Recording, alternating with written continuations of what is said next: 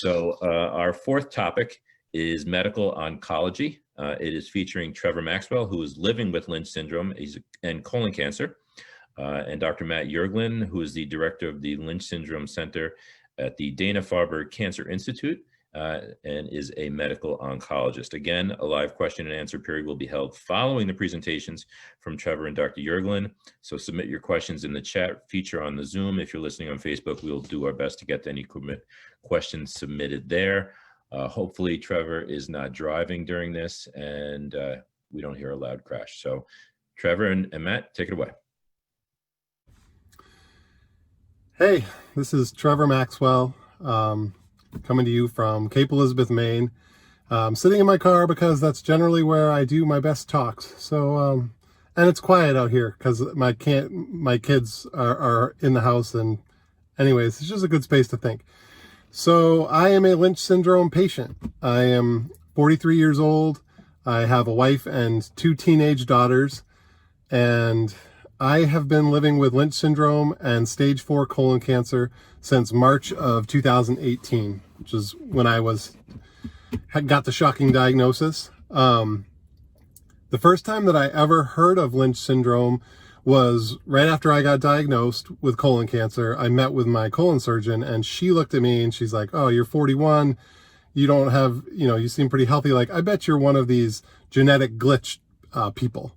And I was like, what does that mean? And she didn't say Lynch syndrome at the time, but once I started looking it up, I was like, oh, I wonder if I have Lynch syndrome. So the genetic counselor at my hospital had me do testing. And at that point in 2018, it didn't come back for a while. So I had my colon surgery. I was going through chemo, and I got the test results back that I have Lynch syndrome, that I have a PMS2 mutation, and just started diving into reading about that, learning about that. From everything that I've learned, PMS2 confers a much lower risk than the other Lynch syndrome genes. But unfortunately, I just happened to be one that developed cancer relatively early on. So since finding out I had Lynch syndrome, I shared that information with all the people in my family. And a bunch of people in my family got tested. So my dad and my uncle both tested positive for Lynch syndrome, same mutation, obviously. And several cousins have tested. I think there's probably been like 5 or 6 people in my family who have now been diagnosed with the same mutation. I'm the only one with cancer, so they're all, precancerous. My dad has had some polyps removed from colonoscopies in the past, but he wasn't aware of Lynch syndrome. So that's one silver lining of Lynch syndrome, is that my family now has the knowledge that we have this, and to get checked for it and to do proper screenings. Like we always say, knowledge is power.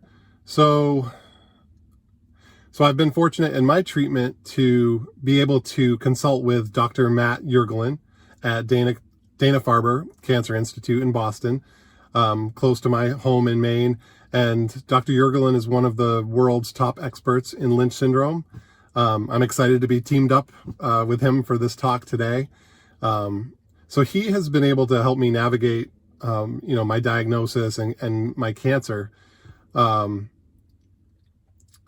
the path forward, really. So because I had a low disease burden, so I got diagnosed, I had colon surgery, and then I had 1 metastasis in my liver. But at the time, that was the only metastasis we saw. So the thought was, at that point, go for curative surgery. And I did that not once, but twice. So I did the first one, and then I had a recurrence in the liver, but it was still only 1 met. So I did another surgery. Unfortunately, I continued to recur. But we knew through this process that I would take my shots at the curative surgery, and that immunotherapy was always in the back pocket as kind of that, that ace in the hole that we knew that I would have as a Lynch syndrome patient, and with my biology and my particular colon cancer, that I was a good candidate for immunotherapy should I need it. And when I recurred again last year, 2019, with another single metastasis in my liver, and also multiple metastases in my peritoneum, so in my abdominal cavity, we, consulting with Dr. Jurgelin, also my local oncologist and another team, we made the decision, it was an easy decision to say, all right, let's go with the immunotherapy and see what we can do here.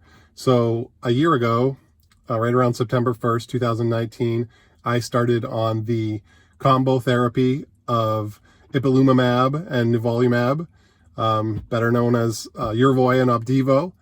And I did 3 cycles of the combo, 3 out of 4. Started to get some pretty strong reaction with inflammation and some side effects. So we decided to just stick with the 3, and then I transitioned to Opdivo, and I've continued to take Opdivo IV once a month right here at my local cancer center, New England Cancer Specialists, with Dr. Evans here in Maine. And the immunotherapy has stabilized my disease. Basically, a couple scans in, saw the disease was basically stable, and it's pretty much stayed there so now I'm at a year into immunotherapy and I'm still stable, which is just a wonderful place to be. So I'm so thankful for, to be stable. It has extended immunotherapy has extended my life. It's given me more time with my wife and our daughters and my friends, and to really just, I kind of say that I'm on bonus play, being metastatic colon cancer, pretty rough prognosis, but to have the type of disease that has shown to respond to immunotherapy, and now that I'm stable, I just feel really blessed. So yeah, it also gives me hope that I might achieve long-term remission. If it's the current therapy, or if I need to maybe add in something. And it also just extends the time, right? So with immunotherapy, now that I've been stable for quite some time, I know that progress is being made in immunotherapy and in treatment for Lynch syndrome patients all the time. So that's exciting to, I definitely have hope of, extending my life hopefully for a normal lifespan. That's something I still believe in and something that I want to push for. So my quality of life on immunotherapy has been really good. The side effects that I've had have been mainly gastrointestinal pain and inflammation, and some random inflammation around my body, which is just the response that my body has from my immune system being fired up. So a couple times I've had to intervene with a steroid to knock down the inflammation. So basically with my immunotherapy, it's just riding this line between firing up my immune system into overdrive so that my T cells will go in and find the cancer and destroy it. But also just making sure that it's not ramped up too much so that my immune system is attacking healthy tissue. So that's something that I'm in touch with my team on pretty regularly, and something we watch out for. But for the most part, I feel good. My energy is high. Appetite is good. I mean, compared to conventional chemo, my side effect profile is just so manageable. I'm able to do all kinds of active stuff with my family. We go camping, we go for hikes. I'm able to ride my mountain bike quite a bit, which has just been fantastic. So to have that quality of life as a stage 4 CRC patient, another blessing.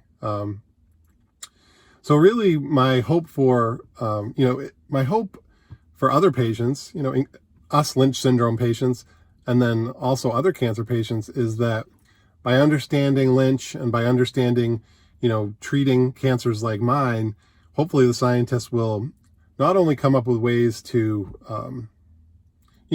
keep us in that remission or no evidence of disease status, get us a high quality of life for many years. So for us patients, but also just for all cancer patients, if they can translate that work into patients who are non-Lynch, to give them hope as well. I'm excited about that. I'm thankful for all the people who are involved, Dr. Jurgelin, everyone involved in this conference, everyone who's involved, alive and kicking, right? So everyone who's involved in that Lynch syndrome research space, I'm so thankful for and want to support 100%. And I'm just thankful to be part of this talk with all of you today. I met Trevor, so Trevor at manuptocancer.com. If anyone wants to get in touch with me, that's my email. That's my organization that I founded, Man Up to Cancer, which basically just inspires men to not isolate during our cancer journeys. Thanks again. I look forward to talking with all of you. Hi, my name is Matt Yurgelun, a medical oncologist at the Dana-Farber Cancer Institute in Boston, and I'm the director of our Lynch Syndrome Center. And I'm happy to be joining the group today, and thanks to Trevor for telling his story. Happy to be joining the group today to talk about treatment implications for Lynch syndrome-associated cancers. So my financial disclosures are as shown here. So when we talk about treating Lynch syndrome cancers, predominantly we're talking about cancers with microsatellite instability, or MSI-high, which is essentially another term for mismatch repair deficiency, or MMRD. And for the purposes of this, I'll use those terms interchangeably. MSI-high is a phenomenon that's seen in virtually all Lynch syndrome-associated cancers. Now, you can also see it in cancers that arise outside of Lynch syndrome. We call those sporadic MSI-high cancers. But a lot of the research that's out there on treatment for Lynch syndrome cancers really can be applied to MSI-high cancers across the board. So MSI-high cancers, by definition, are what we call hypermutated. They have a lot of genetic mutations within them, many of which have nothing to do with the actual driving biology of the cancer, but they're more so what we call passenger mutations. These are classically what we would call frameshift mutations, where there is small insertions or deletions of genetic material that occur at predictable sites throughout the cancer's genome. We see MSI-high in about 15 to 20% of all colorectal cancers. However, when you get into later stage disease, metastatic disease in particular, it's only about 4% of metastatic colorectal cancers are MSI-high. And so this is seen disproportionately in earlier stage colorectal cancers. It's not clear if the same thing applies to other cancers where we see MSI, such as endometrial cancer or uterine cancer, stomach cancer, other types of GI cancers, and you can really see MSI-high in any type of cancer, although colorectal cancer is probably the most classic example of cancers where we see MSI. So there's this phenomenon, or there's this notion out there that Lynch syndrome-related cancers, MSI-high cancers, are quote-unquote resistant to chemo. So where does that come from? Well, it comes from data that at this point are relatively old and well-established. This was from a seminal paper published in 2003, looking at what we call adjuvant chemotherapy, specifically adjuvant 5-FU chemotherapy. Adjuvant means chemo that's given after a surgery, where the goal is really to cure the cancer. So it's adjuvant means helper. It's helping the surgery try to cure a cancer where there is no known visible leftover disease. So this was from a study that looked at adjuvant 5-FU chemotherapy after resection of a stage 2 or stage 3 colon cancer. The individuals who received no adjuvant chemotherapy, if they had high microsatellite instability, they did substantially better than the colorectal cancers that did not have microsatellite instability. However, if you looked amongst the group who got chemotherapy, you actually didn't see much of a difference between those that were MSI-high and those were not. If anything, you actually saw that those that were MSI-high actually did a little bit worse. So both of these are what we call Kaplan-Meier curves, where at time 0, everybody is alive. That's the start of the trial. And as time goes along here, as this number goes down, that indicates individuals who have died, who have died while on trial, presumably of their cancer, although not necessarily. And so, if you're looking at this over time, the line that's higher indicates more people alive at a certain amount of follow-up. So here, for example, at 5 years follow-up, you see substantially more individuals who had microsatellite instability high tumors were alive than those who did not, amongst the individuals who did not receive adjuvant chemotherapy. Now, an important caution about this study is that 5-FU chemotherapy, or at least 5-FU by itself, is no longer considered a standard approach for stage 3 colon cancer, where most stage 3 colon cancers will use 5-FU together with oxaliplatin in a regimen called FOLFOX. Therefore, it's unclear how or if these data apply when you're combining oxaliplatin with 5-FU, but this is part of what led to the notion that MSI-high cancers are resistant to chemotherapy. And then more data from the same trial, we saw that amongst those that were not MSI high, so those that were MS stable or low, you can see again, those that received adjuvant chemotherapy did better, those that did not did worse, so showing that chemo is better for most stage 2 and 3 colon cancers. However, if you looked at those with the high level microsatellite instability, again, you see that those who actually got no chemo did substantially better than those who got chemo, which was a bit surprising and certainly a striking and groundbreaking finding here. That stage 2 and 3 MSI high, mismatch repair deficient colon cancers actually did worse when getting adjuvant 5-FU chemo than no chemo at all. But again, I would caution that this would not be considered contemporary chemotherapy, at least for stage 3 disease. So what if you look at other types of cancers? So there's this phenomenon nowadays in several cancer types of what we call neoadjuvant chemotherapy, giving chemo before a surgery to try to improve the chances of long-term cure, to try to help that surgery work better to cure a cancer. It's just reversing the order. So this gets a little bit complicated here, but this is specifically looking at stomach cancer, which is a cancer where neoadjuvant chemotherapy has become a standard of care in many cases. So here, these were data pulled together from a couple of different trials, but the important piece is that the green and the orange here are the stomach cancers that were MSI high.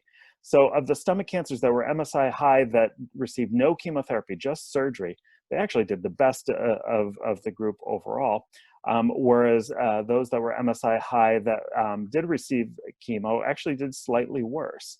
On the flip side, if you look at those whose tumors were stable that did not have MSI, those that received chemotherapy in the gray here did substantially better than those who only went to surgery. So, you know, the standard practice is driven mostly by those that, by the outcomes in those that were microsatellite stable, where chemotherapy certainly improved outcomes. As you can see, that doesn't necessarily apply to those that are MSI high.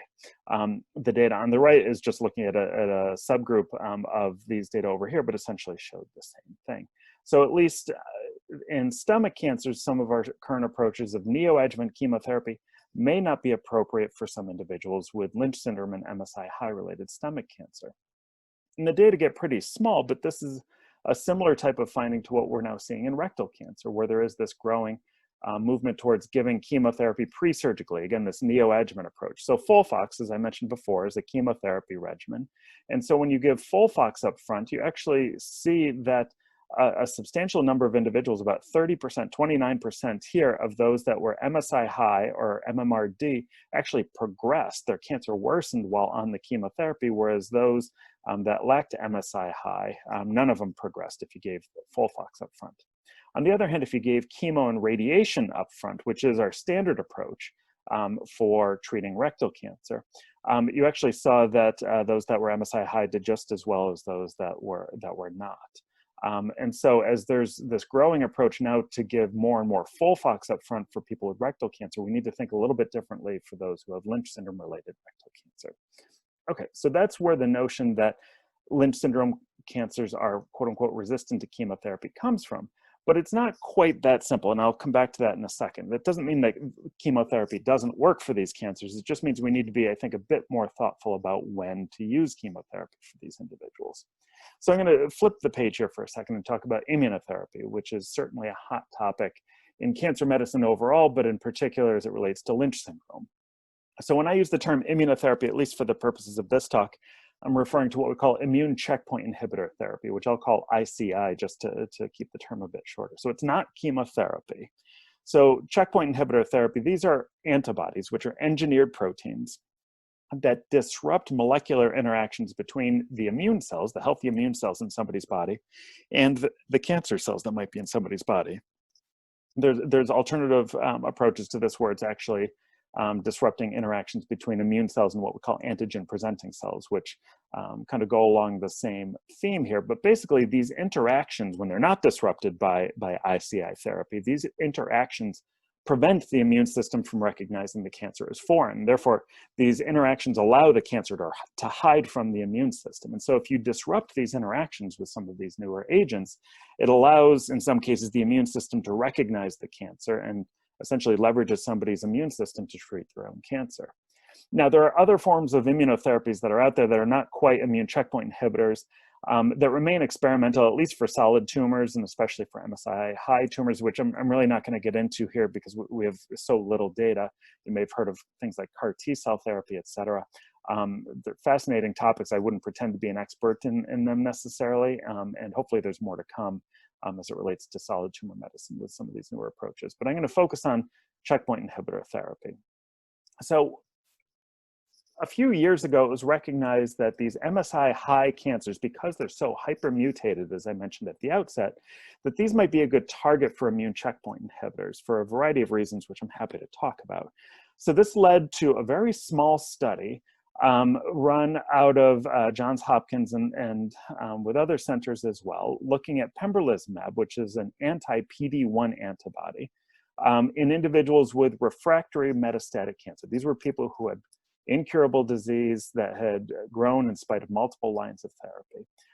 And so specifically, they looked at colorectal cancer patients, 21 of them with MMR proficient, so non-MSI high colorectal cancer. They looked at 11 individuals with MMR deficient or MSI high colorectal cancer, almost all of whom had Lynch syndrome. And then they looked at individuals with other forms of MMR deficient or MSI high cancers. And on the right here, you see what we call a waterfall plot. So this is basically what somebody's best response to treatment is. If the bar is above the 0, it means their best response is that their cancer grew, which is certainly not a good response. And if the bars go down, this means they responded to treatment or their cancer shrunk to a certain degree. And as you can see here, they use a 30% reduction down as their definition for a partial response. And if you get all the way down to 100 here, that's considered a complete response. But as you can see, the dark blue and the light blue here, which are the mismatch repair deficient, the MSI high cancers, are almost all over here to the right, whereas the ones to the in the red, those that are MMR proficient or non-MSI high, are pretty much clustered towards the left. And so this demonstrated that there was a very good response for those that were MSI high and MMR deficient, but pretty much not seen in the other cancers that were here. Small numbers for sure.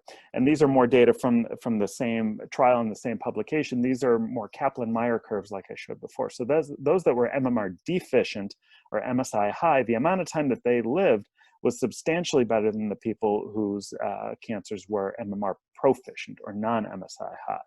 In fact, the average amount of time that those people lived was only 5 months, whereas those who had the MSI high cancers, more than half of them were alive, meaning they hadn't reached what we call the median amount of time of survival by the time they published these data. There was a striking difference.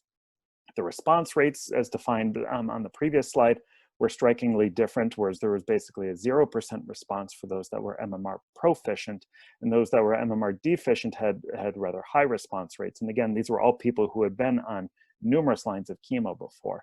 And even for individuals who maybe didn't respond, a number of individuals still had persistent control over their cancer, which is often what we're shooting for in people who have incurable and metastatic disease. And so this was an expanded version of the same trial, again, using pembrolizumab, the brand name of which is now Keytruda, for individuals with any form of MSI high or MMR deficient cancer.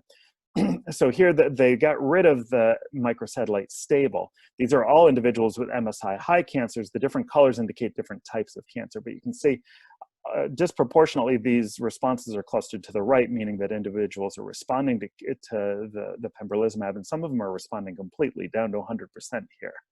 On the right here is what we call a swimmer's plot. Everybody starts at time 0, and this demonstrates how long somebody is continuing to be followed here in the blue line. So each horizontal bar is one individual. So if you can see here, these orange triangles are people actually coming off of treatment.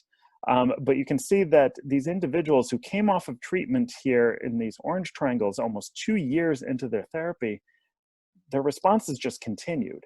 You know, the yellow dot here indicates growth of their cancer. So these individuals, they never had growth of their cancer. They came off treatment at 2 years.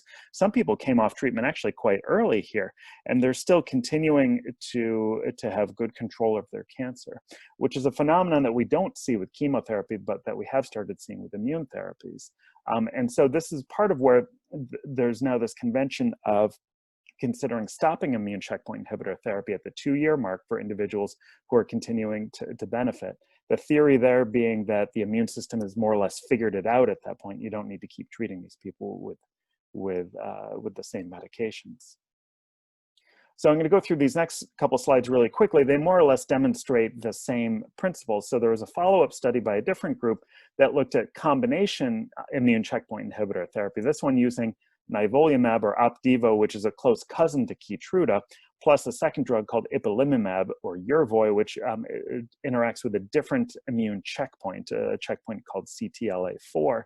And here, when they used the combination, they saw that the responses and the amount of time that people lived was substantially better than if you used nivolumab alone.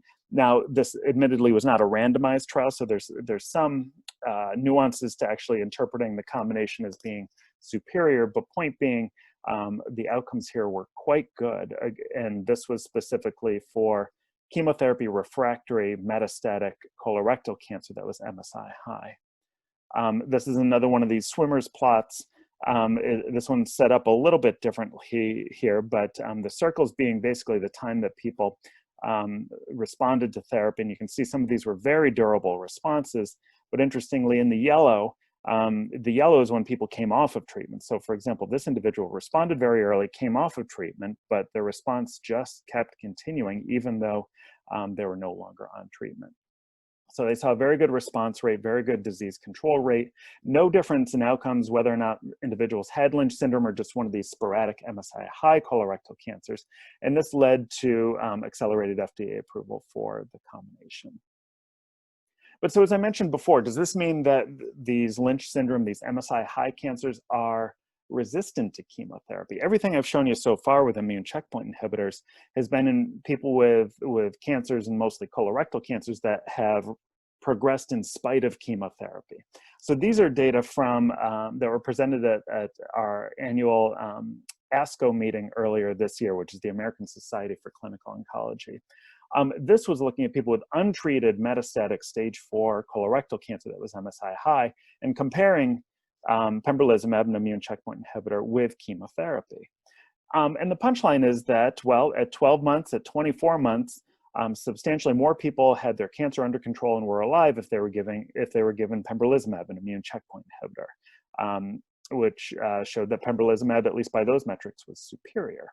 But where it gets interesting is if you look actually at the very beginning of this. So as I mentioned before, every time either of these lines goes down, it means that somebody either passed away or at least that their cancer grew. And you can see that the red line, which is the chemotherapy, actually starts off being better than pembrolizumab, and eventually these lines cross. So there's a fraction of individuals who actually progress pretty quickly. Their cancer grows pretty quickly if they're given pembrolizumab up front, where you don't see as many of them with chemotherapy. Over the long run, the pembrolizumab is better, but in the short run, there are some individuals who are doing better with chemotherapy. We haven't really figured that out yet, but I think it goes to show that these cancers aren't necessarily resistant to chemo. There's just more we still have to learn about understanding who's going to benefit from chemo and who's going to benefit from checkpoint inhibitors. So this gets to that same point. So this is from the same trial, basically showing what somebody's best response to treatment was. So with pembrolizumab, the checkpoint inhibitor, the best response, nearly half of these individuals had either what we call a complete response or a partial response. With chemotherapy, instead, it was more like 34, 35%. But if you look at the people whose best response was growth of their cancer, obviously not a good response, you actually saw more of that with the pembrolizumab than you did with the chemotherapy. So some of these people are progressing relatively quickly, and some of these people, even though their cancers are MSI high, are clearly not benefiting from the immune checkpoint inhibitor. So there's still more we have to learn. There's an ongoing clinical trial nationwide right now looking at resected stage 3 colon cancer. Again, this adjuvant chemotherapy, once the cancer has been completely removed. Currently, our standard of care is chemo, FOLFOX. And this trial is comparing FOLFOX versus FOLFOX with a different checkpoint inhibitor called atezolizumab. The trial is ongoing. We don't know what the results will be, but I think it'll be an important trial for individuals with these cancers, particularly Lynch syndrome individuals. Side effects from immune checkpoint inhibitors, because it's not chemo, I think these side effects sometimes get a bit downplayed. They are mostly mild and minor, and some people really don't have many side effects at all. But there are some rare side effects that can be severe and even life-threatening or life-changing at the very least. They're almost all related to various autoimmune types of effects. We usually treat them with steroids, oftentimes stopping the drug or drugs that's causing the side effect, or at least delaying them. There's other immune modulating medications we'll sometimes use beyond steroids. And these can become significant chronic lifelong problems in some cases. And so some of the more common versions of these would be thyroid function abnormalities, and thyroid function really should be monitored routinely when people are on these drugs. A lot of people have rash or itching, some fatigue, and some of the less common side effects, this is where some of these get a little bit worrisome and can be dangerous for sure, where we see elevated liver enzymes, or what we call an autoimmune hepatitis, sometimes needs to be treated with steroids. You can see the same thing with pancreatic enzymes, which is called pancreatitis. People can have colitis, not dissimilar from like inflammatory bowel disease or ulcerative colitis, where there's inflammation in the colon, which can cause significant and sometimes life-threatening diarrhea. Hypophysitis, which is inflammation or dysfunction of the pituitary gland and can lead to a variety of hormonal dysregulations. And then some of the really scary side effects that we don't see often, but can be seen for sure, would be things like myocarditis, inflammation of the heart muscle, pneumonitis, or inflammation of the lungs. And this can also precipitate in some people a type 1 diabetes, a pretty sudden type 1 diabetes, where people sometimes show up with life-threatening diabetic ketoacidosis. So there's unanswered questions with the use of immune checkpoint inhibitors for these MSI-high cancers. As I mentioned, we don't know what their role is yet, if any, in early stage colon cancer or early stage other types of cancers. We don't know if they can or should be combined with chemotherapy for MSI-high cancers. If both potentially have a role, is there greater benefit when you combine the two? We don't yet know how to predict who will benefit from these agents beyond the MSI-high status, and we also don't know how to predict who might get some of these more severe side effects. And I think there's also a lot of really intriguing questions that I think you're going to hear about shortly, about whether you could leverage some of the same biology to actually prevent cancers in individuals with Lynch syndrome. So with that, I'll stop. Happy to take questions, and thanks so much for listening. That was great, and I apologize for getting distracted. I was so enthralled in you guys' talks that I didn't realize I took my hat off. So first of all, glad you're not driving anymore. I feel much better that you're safe, and you guys are the big winners as far as the questions go. So I'm going to start with the man of the hour, because quite frankly, you are the man here now. There's not too many of us in the advocacy world, so you brushed over it, and you can answer as much as you want or as little as you want. But quality of life issues. Well, first of all, did you have any sort of surgery? Did you have a colectomy or anything like that, or you just had immuno? And are you having any sort of quality of life issues? How do you deal with the family dynamic, being the guy?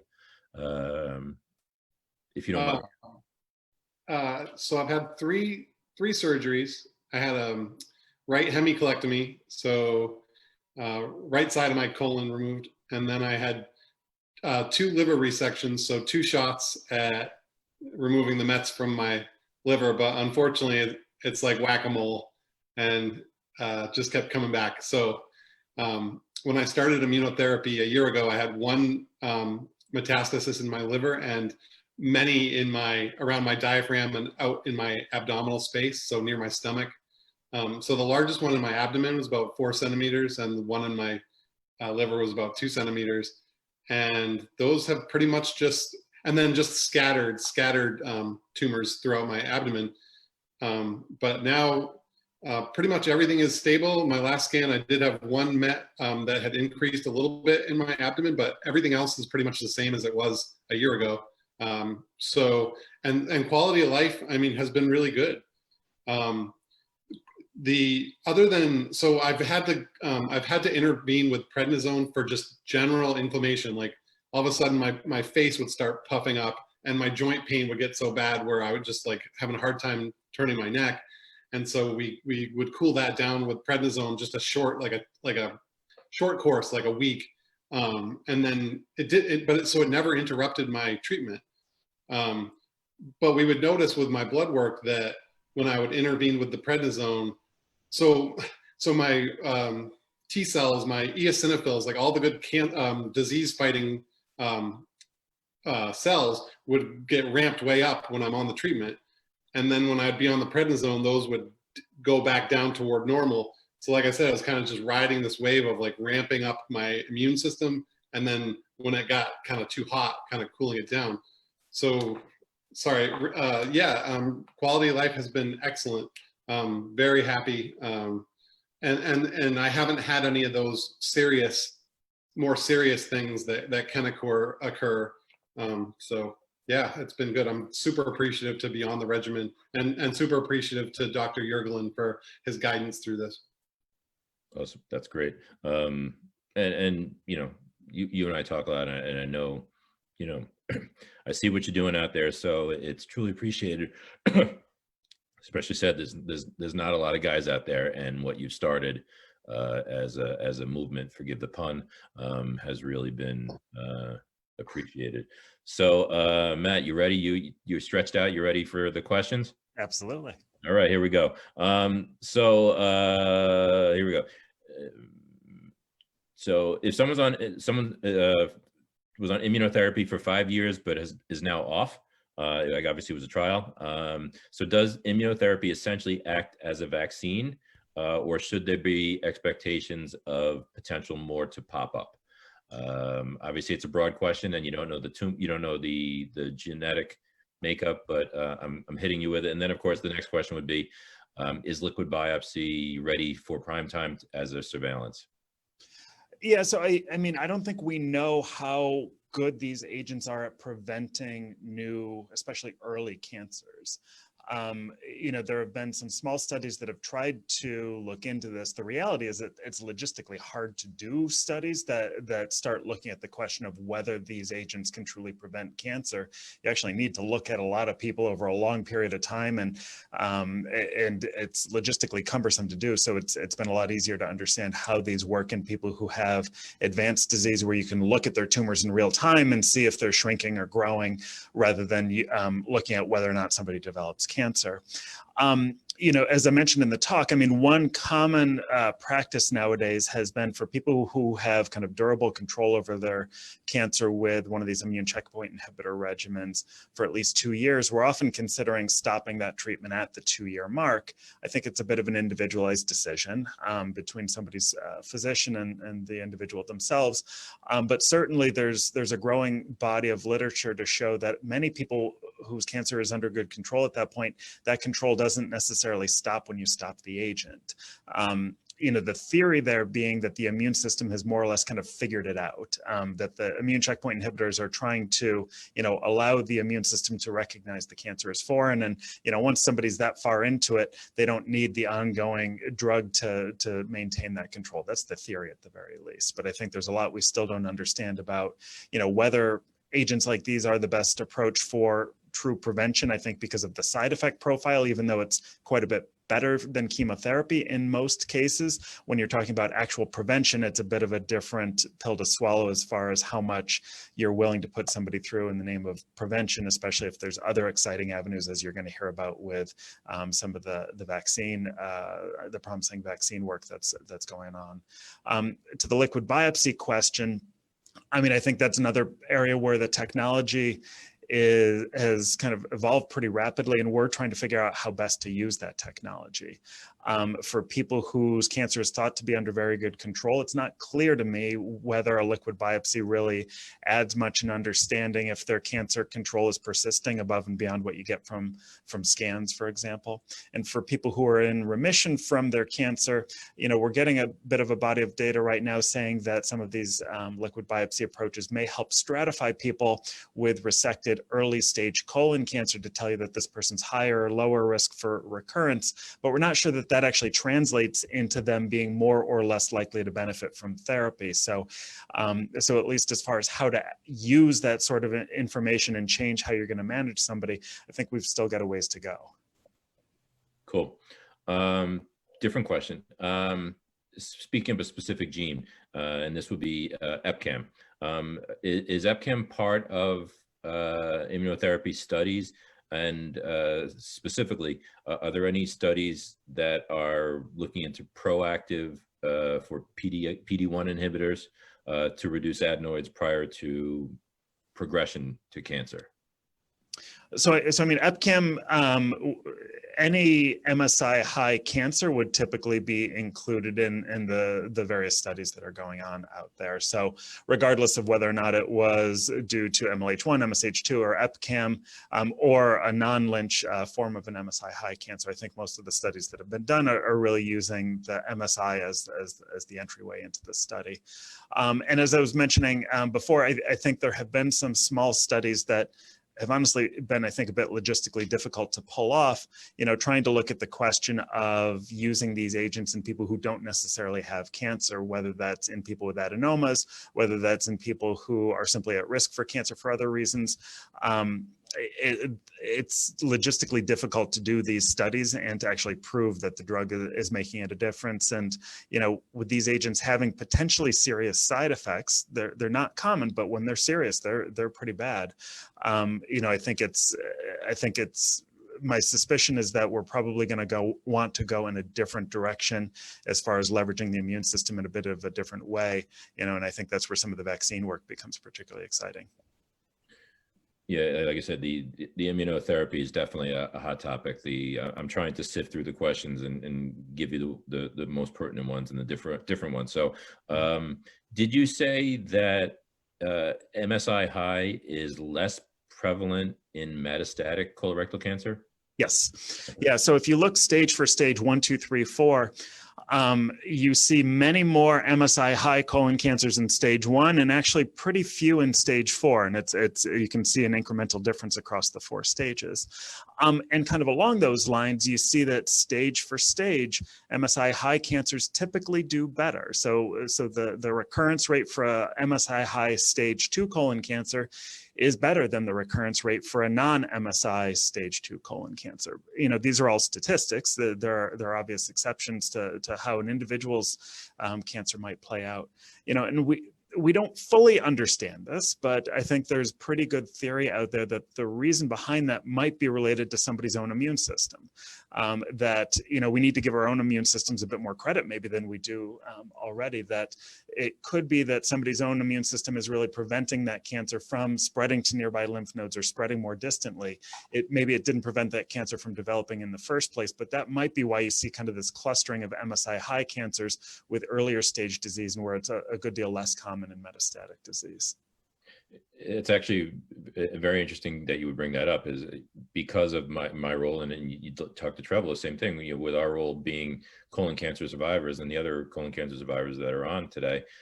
We spend a lot of time with other colon cancer foundations like the Colon Cancer Coalition, and it's a strange phenomenon being an advocate and surviving as much as I have, and being actually able to maintain the schedule that I have and do everything that I do. And yet at the same time, there's some people who will just pass away, obviously both Lynch and non-Lynch. And it's a surreal feeling. It's still to be unexplainable. Anyway, last question, so forgive me. Immunotherapy for stage 2A, 2B, or 2C, potentially in an adjuvant setting. Are we there yet or no? So no is the short answer. I mean, as I mentioned in the talk, there's an ongoing nationwide trial right now for resected stage 3 colon cancer that's MSI high, where the standard of care usually is multi-agent chemotherapy such as FOLFOX. That nationwide trial is comparing FOLFOX versus FOLFOX plus an immune checkpoint inhibitor. It doesn't matter why somebody has MSI, if they're Lynch syndrome or a sporadic MSI high. But I think that'll be a good starting point to answer the question for stage 2 and earlier stage disease, whether there's any added benefit to immune checkpoint inhibitors in early stage colon cancer. We've actually got a pretty good wealth of experience in colon cancer with drugs that work beautifully for stage 4 disease, but have no apparent benefit for stage 2 or stage 3 disease. So, I mean, I think we're certainly hoping that immune checkpoint inhibitors will be an exception there. But we have been cautious about assuming that they'll work in stage 2 or stage 3 disease just because they work in stage 4. And in the meantime, as Trevor says, we'll continue to play whack-a-mole. So thanks, guys. This has been great. In continuing my role as moderator, we're going to move on to our next topic,